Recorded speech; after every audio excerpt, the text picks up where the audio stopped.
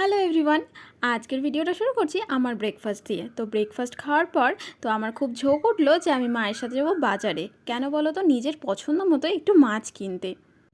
এখন আমরা কি কিনতে যাচ্ছি? একটু কই মাছ কিনবো। আমাকে দেখা, আমরা একটু কই মাছ কিনবো। না, হইচই কই। হইচই কই তো লড়ছে কই একদম।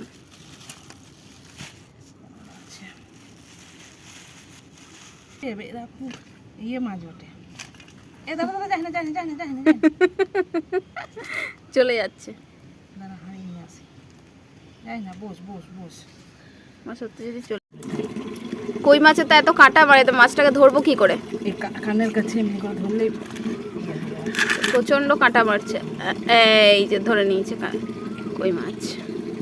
এটা দেখেই আমার ভয় লাগছে, এত কাঁটা মারছে। এই লাফাই না লাফাই না। হ্যাঁ, যেমন আছিস থাক, লাফাই না। এই লাফাই না, বস। এই দেখো এই দেখো এই দেখো, ও চলে যাচ্ছে। ওর বেশি বার, বড় না ও সবার থেকে। দেখ, তাও হয়েছে।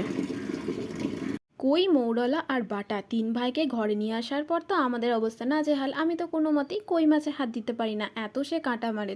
তো অগত্যা আমার ভাগে পড়েছে সেই শান্ত বাটা মাছ।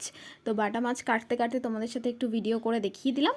আর কই মাছ কাটার দায়িত্ব পড়েছে মায়ের ওপর, আমার তো ক্ষমতাই কুলাবে না। তাই মা কই মাছগুলো কাটলো। আর তোমাদেরকে একটু আগেই দেখালাম যে কই মাছের কাঁটা থেকে তোমরা কিভাবে বাঁচবে, মানে কই মাছকে কিভাবে ধরবে, সেটা কিন্তু মা ভিডিওতে বলে দিল।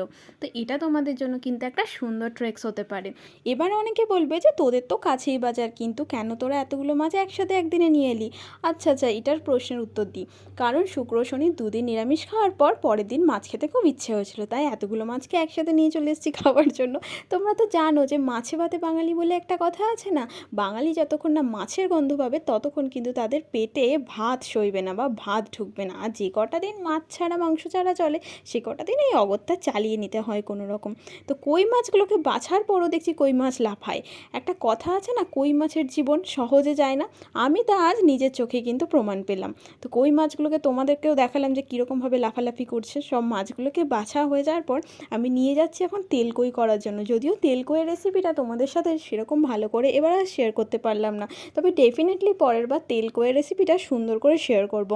কারণ দিন আমি এই রান্নাটা করছিলাম সেদিন আমার শরীরটা খুব একটা ভালো ছিল না, তাই একটু ভুলভাল হয়ে গেছিলো। মানে কখনো ভিডিও করছি কখনো করছি না, এরকম করে করে অনেক ক্লিপ আমি মিস করে গেছি। তো তোমাদেরকে দেখাতে গেলে তো পুরো নিট অ্যান্ড ক্লিন রেসিপি দেখাতে হবে। নেক্সট টাইম আমি ডেফিনেটলি পুরোটা দেখাবো।